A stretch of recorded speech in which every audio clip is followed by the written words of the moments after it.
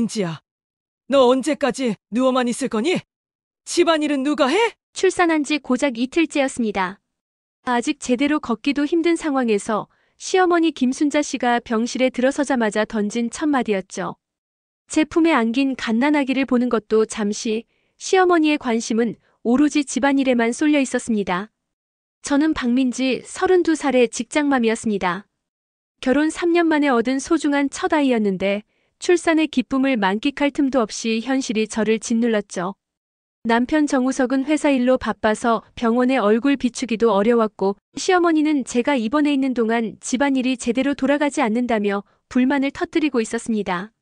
어머님, 아직 몸이 많이 아픈데 며칠만 더 쉬었다가요. 제가 조심스럽게 말하자 시어머니는 코웃음을 쳤습니다.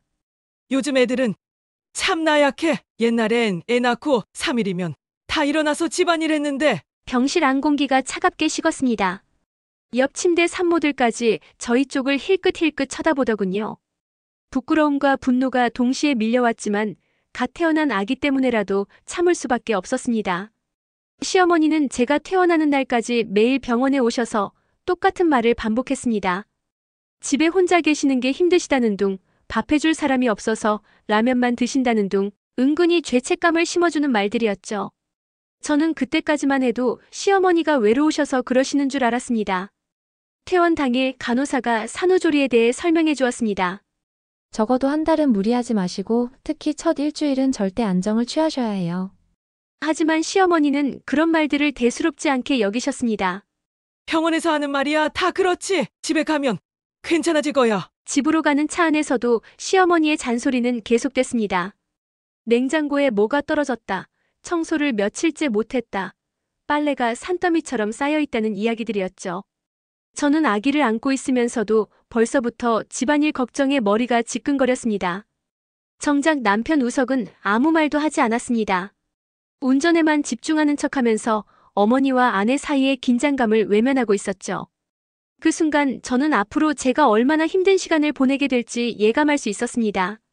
집에 도착하자마자 시어머니는 저를 소파에 앉혀놓고 말했습니다. 민지야, 우선 밥부터 해야겠다. 며칠째 제대로 된 밥을 못 먹었어. 출산 후 첫날 집에서 보내는 시간이었는데 아기 돌보기보다 밥 짓기가 우선이라니요. 저는 믿을 수가 없었습니다. 아기는 계속 울고 있었는데 시어머니는 눈길도 주지 않으셨죠. 어머님, 제가 아직 몸이 너무 아픈데요. 그래도 밥은 해야지. 우석이도 회사에서 돌아올 텐데. 시어머니는 단호했습니다. 저는 비틀거리는 몸으로 부엌에 들어가 밥을 짓기 시작했습니다. 아랫배가 찢어질 듯 아팠지만 참을 수밖에 없었죠. 갓난아기는 거실에서 계속 울고 있었는데 시어머니는 텔레비전만 보고 계셨습니다. 밥을 짓는 내내 어지러움이 몰려왔습니다. 출산으로 인한 출혈과 체력 소모가 심했는데도 불구하고 무리를 하고 있다는 걸 몸이 알려주고 있었죠. 하지만 시어머니 앞에서 약한 모습을 보일 수는 없었습니다. 반찬도 해야지. 냉장고에 있는 걸로 뭐라도 만들어. 시어머니의 지시는 계속됐습니다. 저는 냉장고를 열어보았지만 변변한 재료가 없었어요. 그동안 제가 입원해 있는 사이 시어머니는 라면과 간단한 도시락으로만 끼니를 때우셨던 모양입니다. 어머님, 장을 봐야 할 것 같은데요. 그럼 빨리 다녀와. 애는 내가 볼게. 장을 보러 나가라니요. 출산 후 이틀째 말이죠. 저는 아기가 걱정되어서 망설였습니다. 모유 시간이 있어서요. 분유 주면 되지 뭘. 요즘은 분유가 더 좋다고 하던데. 시어머니는 제 모유 수유 계획 따위는 안중에도 없으셨습니다. 저는 할 수 없이 비틀거리는 몸으로 근처 마트에 다녀왔죠.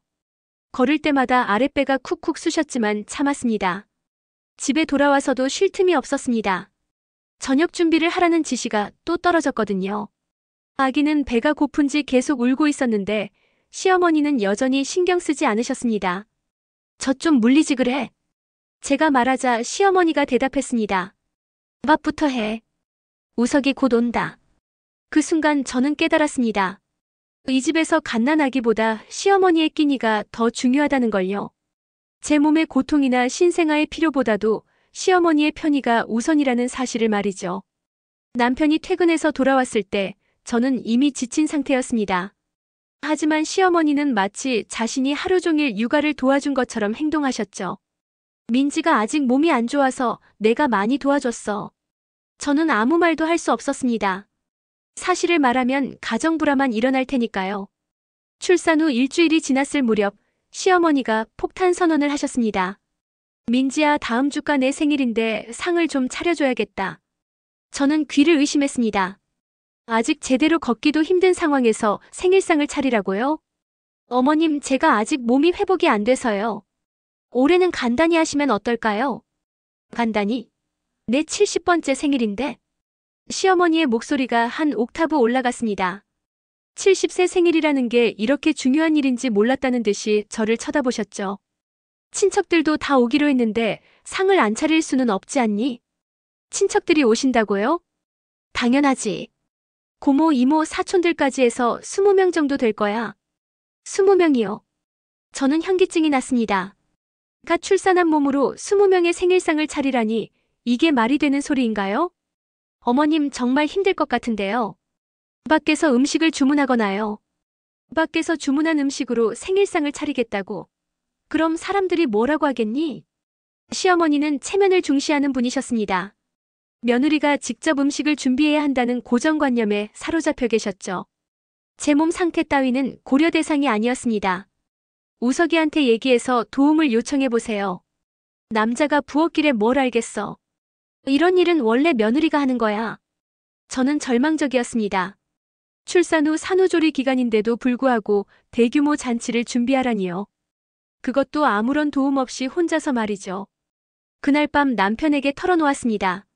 우석아, 나 정말 힘들어. 아직 몸도 안 좋은데 어머니 생일상까지 준비하라고 하시네. 엄마도 평생에 한 번 70세 생일인데 조금만 참아줘.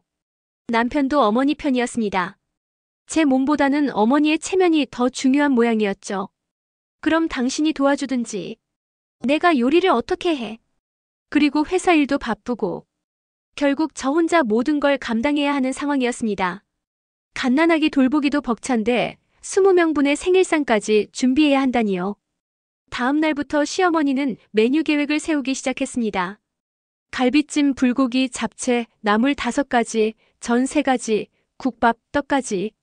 듣기만 해도 머리가 어지러운 메뉴들이었습니다. 평소에도 힘든 음식들인데 출산 후 회복 기간에 이 모든 걸 준비한다는 게 가능할까요? 시장도 봐야 하고 준비할 게 많을 텐데 괜찮겠니? 시어머니는 마치 걱정하는 척했지만 그 말투에서는 기대감이 더 크게 느껴졌습니다. 저는 그날 밤 혼자 울었습니다.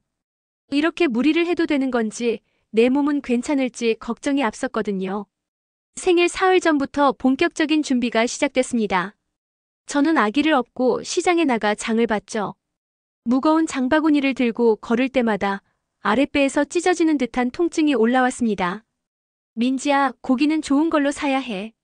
사람들이 다 보는 건데. 시어머니는 옆에서 지시만 하셨습니다. 제가 힘들어하는 모습을 보면서도 딱히 도와주려 하지 않으셨죠.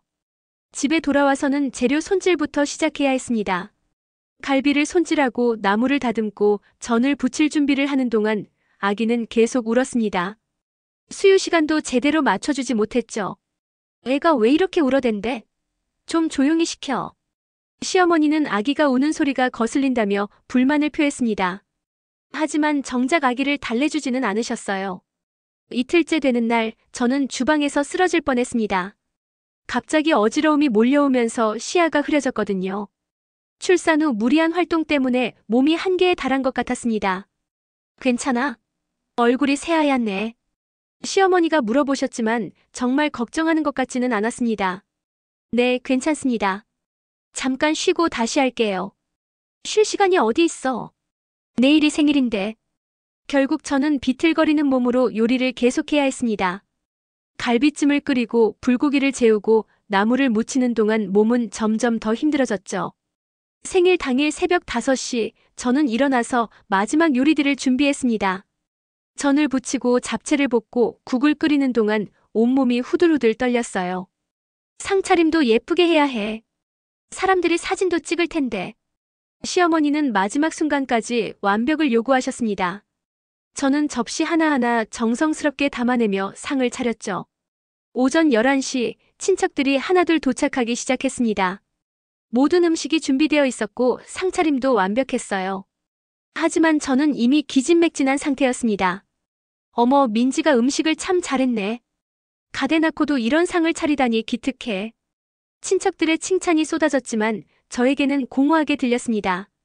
제 몸이 망가져가고 있다는 걸 누구도 알지 못했거든요. 시어머니는 으쓱하셨습니다.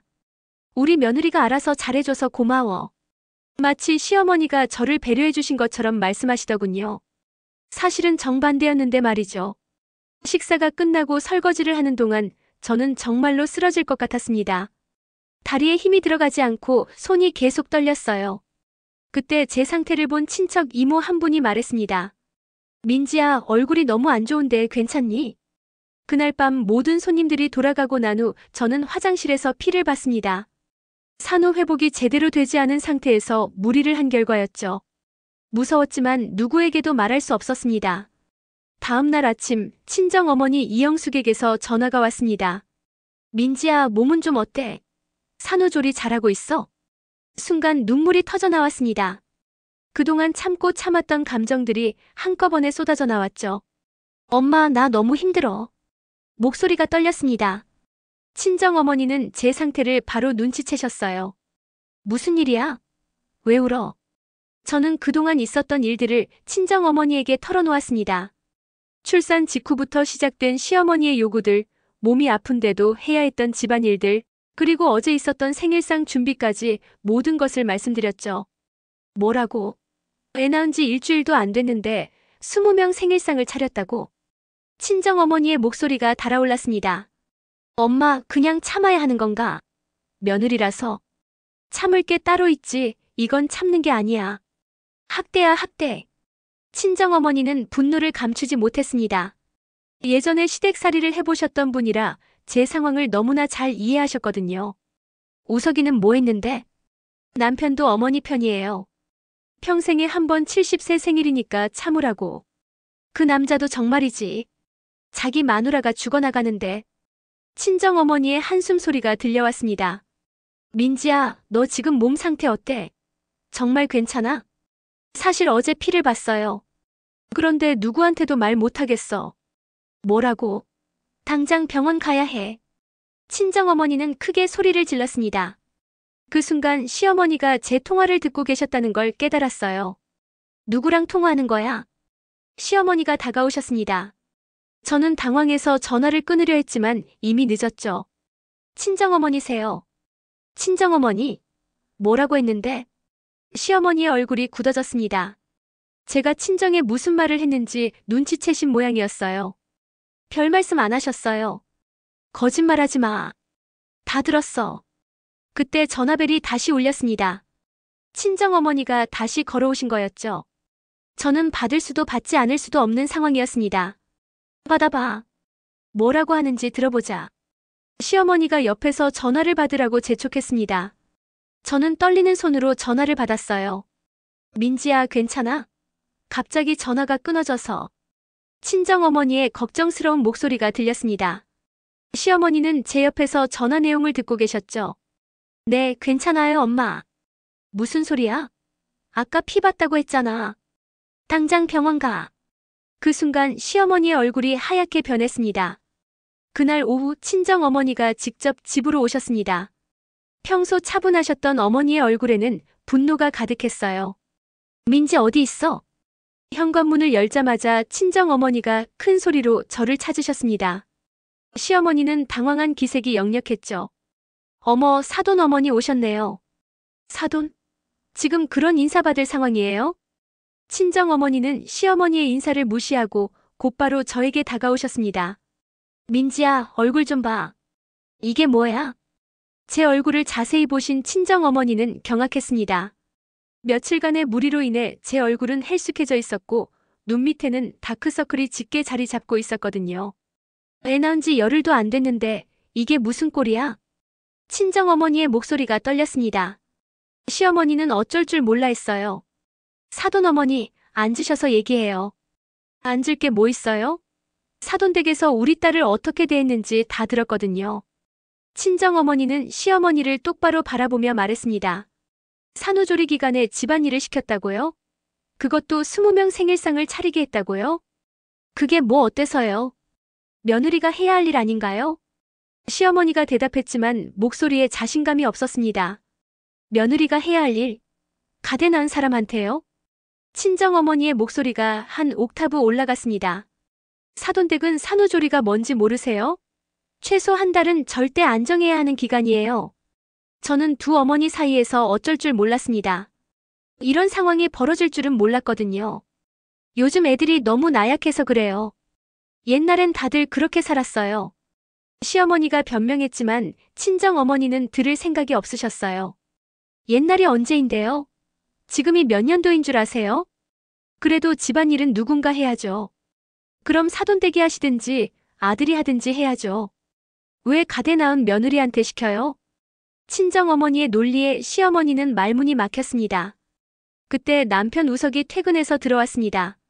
집안의 살벌한 분위기를 눈치채고는 어리둥절해했죠. 어머님들 무슨 일이세요? 우석 씨 와서 잘 됐네요. 친정어머니가 남편을 불렀습니다.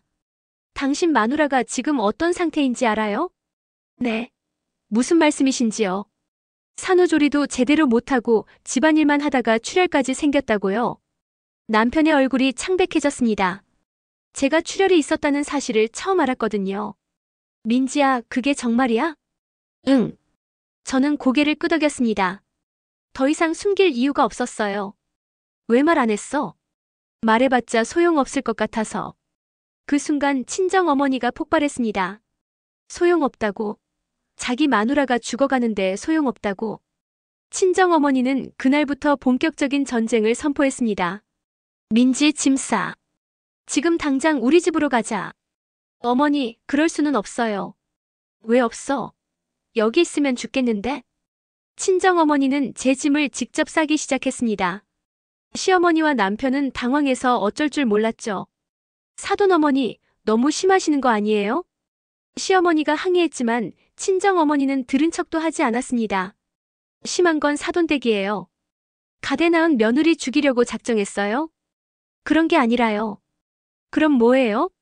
산후조리 기간에 20명 생일상 차리는 게 정상인 줄 아세요? 친정어머니의 목소리는 집 전체에 울려 퍼졌습니다. 이웃집에서도 들릴 정도였죠. 엄마, 조용히 해요. 제가 말렸지만 친정어머니는 이미 분노가 극에 달한 상태였습니다. 조용히 하라고. 너 지금까지 조용히 당하기만 해서 이 꼴 났잖아. 그때 친정어머니가 시어머니에게 다가가며 말했습니다. 사돈댁, 나도 시집살이 해봤어요. 그런데 이 정도는 아니었거든요. 요즘 며느리들은 너무 약해요. 약한 게 아니라 상식이 있는 거예요. 친정어머니는 시어머니 앞에 서서 쏘아붙였습니다. 사돈댁 아들이 장가 못 갔으면 어쩔 뻔했어요? 우리 딸 아니었으면 누가 이런 대우 받으면서 살겠어요? 그건요. 사돈댁도 며느리였잖아요. 어떤 기분인지 모르겠어요? 시어머니는 말문이 막혔습니다. 친정어머니의 말이 틀리지 않았거든요. 그때 친정어머니가 결정적인 한 방을 날렸습니다. 좋아요. 그럼 앞으로 우리 딸은 절대 집안일 안 해요. 뭐라고요? 며느리가 해야 할 일이라고 하셨으니까 이제부터는 사돈댁이 다 하세요. 시어머니의 얼굴이 하얗게 변했습니다. 그게 무슨 소리예요? 우리 딸 몸 회복될 때까지는 사돈댁이 집안일 하세요. 밥도 차리고 청소도 하고 빨래도 하고. 친정어머니는 단호했습니다. 그리고 우석 씨. 친정어머니가 남편을 불렀습니다. 네, 어머니. 당신 회사에 육아휴직 신청해요. 아내 돌보고 애봐야죠. 그런데 회사 일이요. 회사 일이 마누라 목숨보다 중요해요? 남편은 할 말이 없었습니다. 친정어머니는 계속해서 조건들을 제시했습니다. 그리고 산후조리원 가요. 늦었지만 지금이라도. 산후조리원이요? 당연하죠. 이 집에 있으면 또 집안일 시킬 텐데. 시어머니가 벌떡 일어났습니다. 사돈어머니가 너무 나가시는 거 아니에요? 나간다고요? 이제 시작이에요. 친정어머니는 핸드폰을 꺼내 누군가에게 전화를 걸었습니다. 여보세요? 산후조리원이요. 지금 당장 입실 가능한 곳 있나요? 시어머니와 남편은 당황해서 서로를 바라보기만 했습니다. 좋아요. 1시간 후에 갈게요.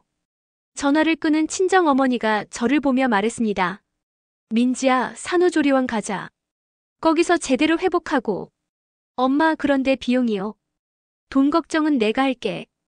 딸 건강이 돈보다 소중해. 그 순간 남편이 나섰습니다. 어머니, 제가 낼게요.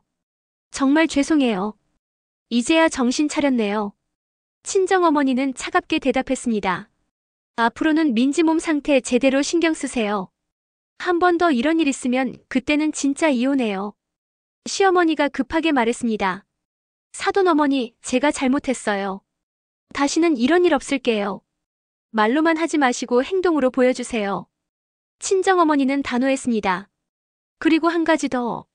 우리 딸이 집으로 돌아오면 절대 집안일 시키지 마세요. 네, 알겠어요. 시어머니는 고개를 숙였습니다. 친정어머니가 시어머니에게 마지막으로 말했습니다. 사돈댁도 며느리 시절이 있었잖아요.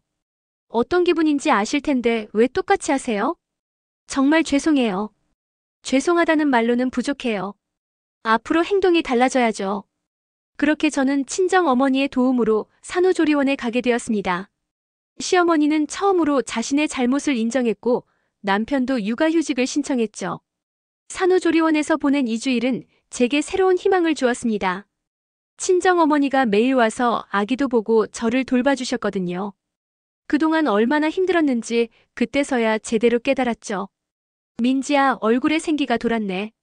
친정어머니가 뿌듯해하시며 말씀하셨습니다. 엄마 덕분이에요. 그때 오시지 않았으면 어떻게 됐을지 몰라요. 딸이 힘들어하는데 가만히 있을 수 없지. 시어머니도 매일 산후조리원에 오셨습니다. 예전과는 완전히 달라진 모습이었어요. 과일도 가져오시고 제 몸 상태를 걱정해 주시기도 했죠. 민지야, 그동안 내가 너무 심했지? 어느 날 시어머니가 조심스럽게 말을 꺼내셨습니다. 괜찮아요, 어머니. 괜찮지 않아. 나도 며느리 시절이 있었는데 왜 그걸 잊고 살았을까? 시어머니의 눈에 눈물이 맺혔습니다. 앞으로는 정말 달라질게. 내 몸 먼저 생각할게. 남편 우석도 달라졌습니다. 육아휴직을 내고 매일 산후조리원에 와서 아기 돌보는 법을 배웠어요. 민지야, 미안해. 내가 너무 무신경했어. 이제라도 깨달았으니 다행이야. 앞으로는 집안일도 내가 도와줄게. 너 혼자 다 하게 놔둬서 미안했어. 가족들의 변화된 모습을 보며 저는 희망을 느꼈습니다. 비록 힘든 시간이었지만 이 일을 통해 우리 가족이 진정한 의미를 깨달은 것 같았어요. 산후조리원에서 나오는 날 온 가족이 저를 맞이하러 왔습니다. 시어머니는 집안을 깨끗이 치워두셨고 몸에 좋다는 미역국도 끓여두셨더군요. 민지야, 천천히 들어와. 몸 조심해. 시어머니가 제 팔을 살짝 붙들어 주시며 말씀하셨습니다. 예전과는 정반대의 모습이었죠. 집에 도착해서도 시어머니는 저를 소파에 앉혀두고 모든 걸 다 해주셨어요. 넌 아기만 봐. 다른 건 신경 쓰지 마. 남편도 아기 기저귀를 갈고 분유를 타고 트림을 시키는 일까지 척척 해냈습니다. 육아휴직 기간 동안 많이 배운 모양이었어요. 그날 저녁 친정어머니가 전화를 하셨습니다. 민지야, 집에서 잘 지내? 네, 엄마. 다들 너무 잘해주세요. 다행이다. 그래도 힘들면 언제든 말해. 네, 고마워요, 엄마. 그날 밤 남편과 대화를 나눴습니다. 우석아, 이제 정말 달라진 거지? 응. 그동안 내가 너무 무관심했어. 앞으로는 가족이 최우선이야.